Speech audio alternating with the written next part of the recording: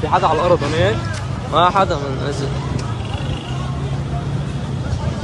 غارة على الحارة. Pemimpin Hamas Ismail Haniyeh tewas dalam serangan udara yang diduga dilakukan Israel di Teheran, Iran pada Rabu 31 Juli.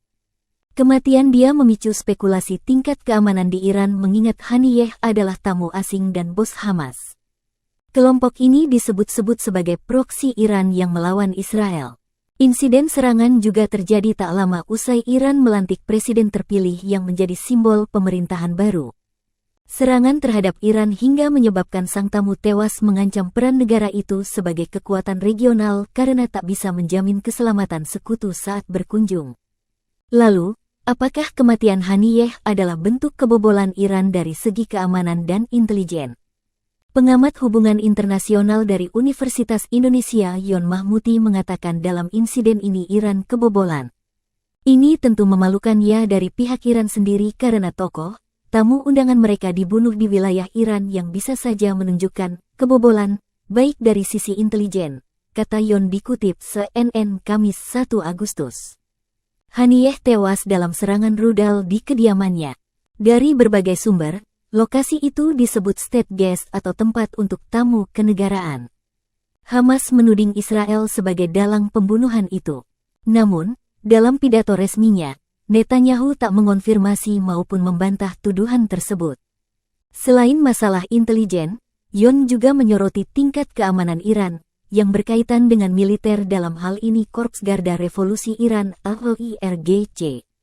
Iran secara umum masih kuat tetapi wilayah yang terbuka. Secara keamanan riskan sehingga yang terjadi pembunuhan Haniyeh, kata dia.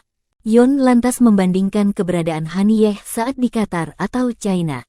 Di dua negara ini, dia tak mengalami apapun karena keamanan dijaga ketat dan cukup berisiko bagi Israel jika melakukan serangan. Israel bisa jadi bulan-bulanan dunia jika membunuh Haniyeh di Qatar maupun China. Kedua negara ini merupakan negara kuat dan memiliki hubungan dengan Israel. Pengamat HI yang juga dari UI, Sharoni Rofi, mengatakan pembunuhan Haniyeh di Teheran menunjukkan kelemahan Iran. Bagi Iran ini tentu menunjukkan sisi lemah pertahanan. Serangan dari luar tak bisa diantisipasi sebagaimana mestinya, ungkap dia.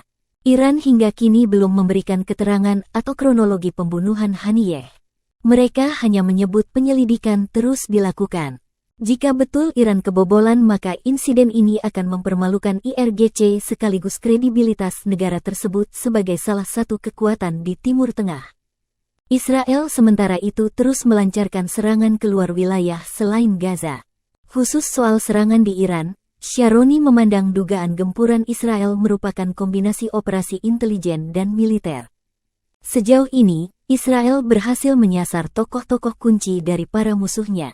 Misalnya Kepala Militer Hamas Mohammed Deif, Komandan Senior Hizbullah Fuad Shukr atau Sayyid Muhsan yang tewas di Beirut dan dua komandan pasukan khusus Angkatan Bersenjata Iran.